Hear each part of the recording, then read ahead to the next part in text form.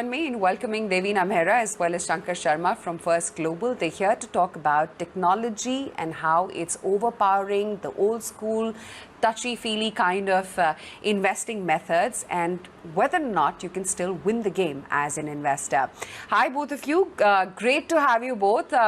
All safe, both vaccinated. Shankar, Devina? Yeah, one shot each. One shot each. Okay, at least there's no shortage in Dubai, is it? But anyway, that aside, Devina, if I could start off with you, in your latest note, you've given a very interesting anecdote as to how India was the leading hockey champion all through 1920s, all the way up to 1970s, till the developed world upped their game, and then there was no looking back for the developed world, and India was left far behind. For the benefit of our viewers, help us understand what really changed the game for India. If it was cricket, I would have asked Shankar, but since it's hockey, I'm Devina giving you a go at this. Actually, it happened not just in hockey, in great many sports. In hockey, literally the playing field changed. In hockey, instead of playing on grass, which had these bumps and where the skill, the dribbling skill of somebody like Major Dhyan Chand was of great value, it became an AstroTurf, which was a plain surface and a very predictable surface. So then there were a different set of skills that became important, that how fast you could run, how fit you were, things like that, rather than the art of it, which is the way the subcontinent had been dominating hockey in the earlier decades. So that and so also happened, tennis also, you've seen the whole evolution of tennis rackets, for example, from where the wooden, then better wood, then other materials came in, titanium came in, many other things. So in every game, that is one part that, either the field or the playing instruments changed. The other thing which changed was also a lot of scientific inputs came in terms of analyzing people's performance, in terms of the diet, in terms of just literally every little bit of what they did mentally, physically, and also what their competition did. So all of that could be captured, analyzed, and people could be trained accordingly. So the whole system changed. Right. Shankar, rightly like Devina is saying, sport after sport, the same story has been playing out. But I want to draw your attention whether or not this thing that transpired in sports over many, many decades is now applicable to the current modern day investing as well. Is technology beating the game?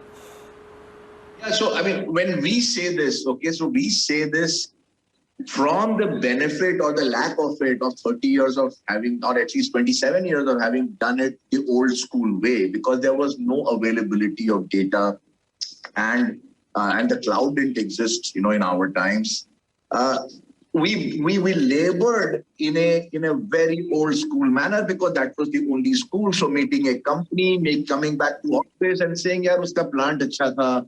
Yeah, there was more inventory lying in the shop floor, or the CEO's vision was very good, or the CFO looked very shady. All that was so old school and very labor intensive, and more than just labor intensity, it was very subject to the way we would perceive it. So if in the office, 10 guys meet the same guy, they will come away with 10 different perspectives. Because human beings will react differently to the same set of data of the same human being. You might like Shah Rukh Khan, I might hate him, or you might like Amitabh Bachchan, somebody else hates him. That's the way human beings are. We are never, ever uniform. And even in our own lives, different things appeal differently to us at different points in time. We might have liked to dress up in bell bottoms in the 60s and 70s, and we don't want to be seen dead in it today, right? That's the problem with us humans, that we are very, very emotional in our approach. In investing, that is absolutely, the opposite of what you should be, wherein you need a consistent framework through which you should look at data and data alone. No human beings matter. You are not looking at the CEO and his vision and his oratory. You are looking at only data or the industry or the country. So now, in the last 2 or 3 years, when we started to look at the investing business, we said that, look, the way we have done it is not going to work, because what happens, I'll tell you, is that you will take 10 bets, out of which 1 or 2 will work spectacularly, 8 or 9 will not work. almost all your returns will come from those one or two, and we call ourselves great investors. That is nonsense, and that's even worse than a toss of coin. So we said that how do we improve our odds by taking it to 55% or 60% or 70% of our bets should be winning bets? Because that is the ultimate test of skill. Less than 50-50, you are worse than a toss of coin. That's how we decided to start getting deeper into the game of quantitative investing. 3 years later, I can tell you, we feel saddened that we did not have these benefits when we started our career. It's a whole different world, and field hockey, the way it changed, investing is going to change. It's inevitable. It's like saying an auto car maker will not go EV. If you're not going to go EV, you're going to be obsoleted. That's exactly the way investment management is going to be out in the future. Devina, you concur with Shankar? You think extremely advanced tech is going to do to investment management or portfolio management what it did to sport? Yes, Aisha. I'm somebody who enjoyed the art part of the investing. I did it since 1993 when neither the investors nor the companies had heard of equity research. And as I was telling someone, I used to do these road trips and in a single day go from Motherson Sumi in Greater Noida to Bharti in Delhi on to Carrier in Gurgaon and Hero Honda in Dharuhera. And I enjoyed all of that. But, the investing game is not for what is fun or romance or or satisfaction for me personally. If you're looking from an investor point of view and you want to optimize your returns, I'll tell you where this whole machine learning, artificial intelligence things help you. Number one, you can analyze a lot more securities. You are not constrained by the human constraints. So for example, globally now we look at 25,000 securities. There's no way any human team can look at that. Number two, you can look at many more factors for each company. So right from financial ratios, you can look at first, second, third derivatives of growth. And we found some of them give very good signals, which, physically when you're doing it as an analyst, and I have done enough spreadsheets to know, you focus on 5, 6, 7 financial ratios, and that's about as far as you can go. Third, as Shankar was mentioning, consistency. Even if you had 1,000 analysts analyzing these 25,000 companies, there is no way what they will be looking at will be consistent. A machine is very consistent. Number four, a machine is free of human biases. They're like whole tomes on how many cognitive biases we have as human beings. Number five, a machine learns. So when you do something works, something doesn't work. Even if as a human being, you can see that it becomes very difficult to acknowledge your mistakes and then to trace that why did it happen and how can I change my method so that it does not happen again. So a machine can do that. Machine looks very objectively at what went right, what didn't go right, what worked, what didn't work, how it has to be adapted. It's a learning mechanism. And a lot of also what we used to think as that only a human being can do, we found a lot of it can be coded into the machine. For example, I'll give you the manipulation, 20 years ago, Enron and WorldCom manipulated their accounts, and we incidentally got both of them, where they were doing the manipulation. Like in the case of WorldCom, it was a mismatch between their cash flows and their capex. But now we find that all of that, all the signals that we were looking at, all of that can be coded into the machine. So if the machine signals that, yes, in 1% beverages, there is some problem. The problem might surface a year after that, but there is likely to be a problem because there is a red flag there. If you're looking at companies, earlier the other thing used to be that the data was asymmetric, that you got some information when you met the company. Now regulatorily all over the world, all information, all data is available to everyone. So in that case, then what you're relying on is, for example, conference call transcripts. Now, natural language processing is moved to a point where you can actually analyze that and say that, is the management sounding less confident or more confident compared to last quarter or last year or 2 years ago? Is the level of, one of the interesting things which we look at is what management saying becoming more vague? There is a term called complexity. So complexity increasing means it's becoming more vague. So they are no longer as certain of what they are saying, or they are trying to, run circles around you or something like that. Again, one red flag. So a lot of things machine does which humans cannot do, and a lot of things which humans were doing increasingly over time, they get transferred to the machine. But I'll also tell you where the humans come in, because you cannot have a machine as a black box, which is what happens if only let's say a tech only person tries to get to this kind of a system of investing, let us say. But then what happens is that you have no idea what is logical, what actually should work, which we have 30 years of experience of doing this.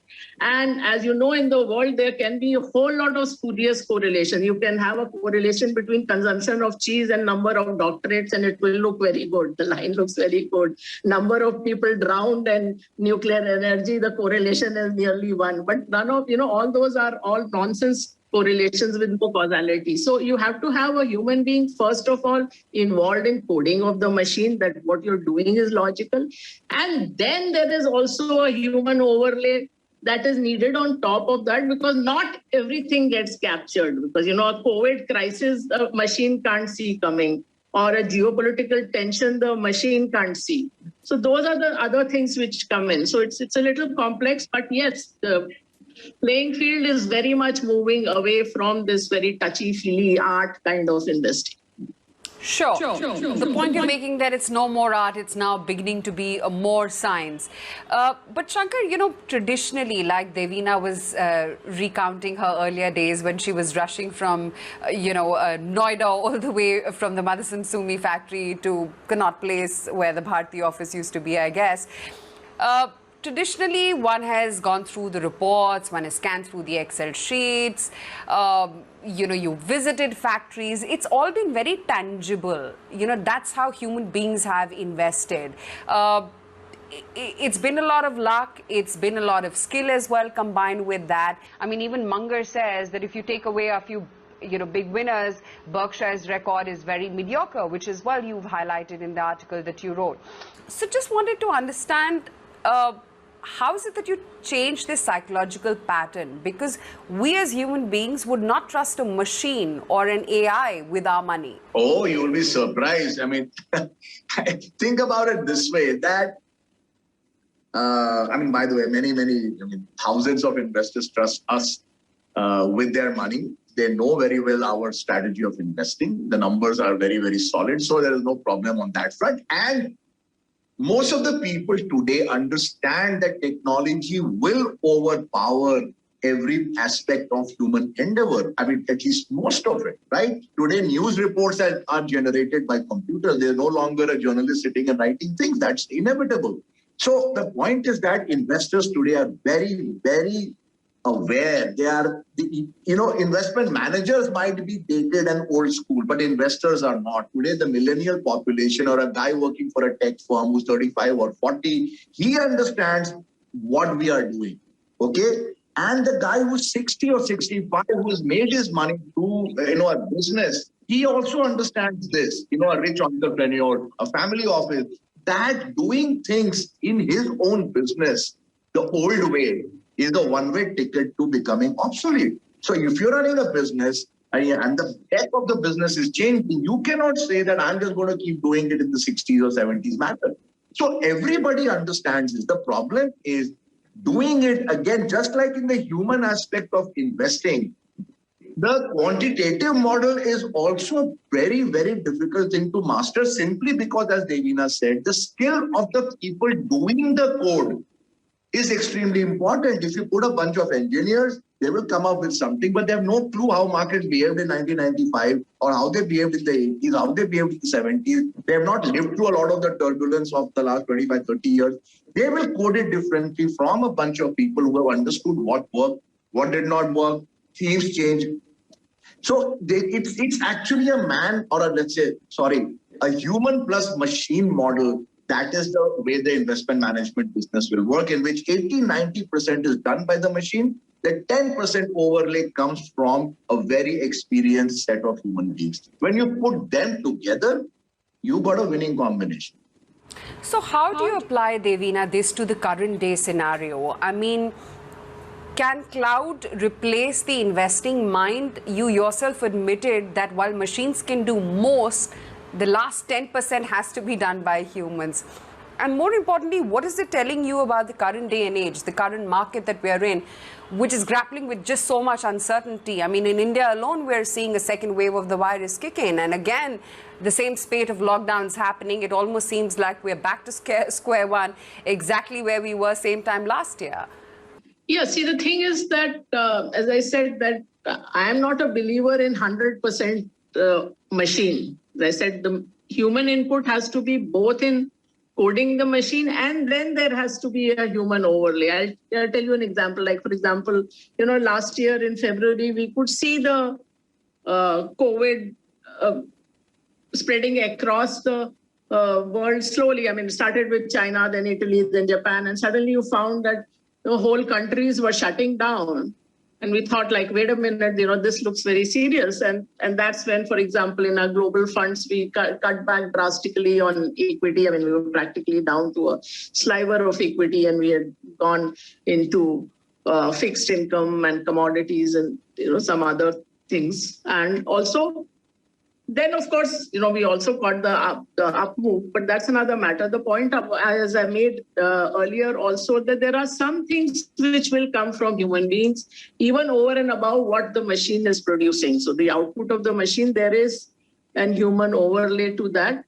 And even in terms of turbulence, actually, as I said, many of the things which you think are human now, maybe, a few years later, even those will pass on to machines. And we are finding even in the last 2-3 years, that evolution happening in our own systems, that there was a human overlay. Now we find that some of what we were doing humanly, we can again pass on to the machine, provided you know what's going on in the machine. We do not believe in a black box output that the machine is recommending this, and you just blindly go and do it when you don't even understand the logic behind it. So any recommendation that our system makes, we always understand what is the logic, where it's coming from.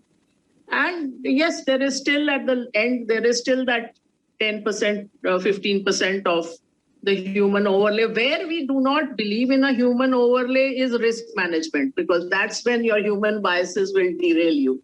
So if the system tells us that something has to be sold, we do not allow a human being to justify why, you should still hold it, because risk management is God. And, it shows up in our results also. We find that, not only are our returns better, and we find our volatility or the risk side is also managed far better. That volatility is half the market volatility almost across in all our products.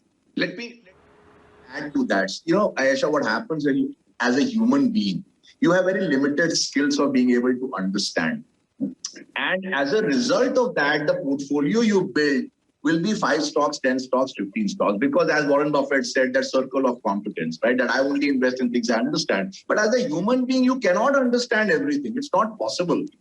Now what happens is when you build a narrow portfolio, you become very, very susceptible to the factor of luck. That means that maybe all 10 don't work, or maybe only 2 work, or maybe only 1 works. 8 or 9, just become duds. That is not the way you should run and manage public money. That's great for proprietary investing. That's the way we have done it, by the way, okay? When a few stocks will contribute to virtually 90, even 100, even 105% of your net worth. But that is not the way you can or should run public money, because that is basically luck. We got lucky with Amazon. We got lucky with HDFC Bank. I mean, while there was some analysis, but who could have said that they will go up 200, 300 times? Nobody could have predicted. So up to a point, it was skill. The rest was luck. That is where machines come in. They improve the scope of skill and reduce the scope of luck. That is a huge, huge factor to keep in mind. And just one more point on what Shankar said, that when you are constrained by your fund manager's circle of competence, which essentially means the fund manager's comfort zone, means many of those bets will likely to be highly correlated. So if a fund manager can understand, for example, branded businesses or businesses with good cash flows, and that's where he or she sticks to, what you will find is that even if, let us say, that fund manager is holding 15 or 18 stocks in their portfolio, it will still be in 2-3 industry or baskets, and which tend to move together. So as an investor, you are worse off, because there is no reason why your portfolio should not be optimized, why you should be constrained with what your fund manager is comfortable with. That's quite interesting. Shankar, Devina, both of you, thank you as always for taking the time out and joining in. And Shankar, just for the record, because you talked about it, I'm a fan of Amitabh Bachchan and Ranbir Kapoor. But great speaking with both of you, and we should catch up when you're in India next. Sure thing. Thanks very much. Thanks. I agree on the Ranbir Kapoor. Absolutely. Okay. Great to have you both on the show.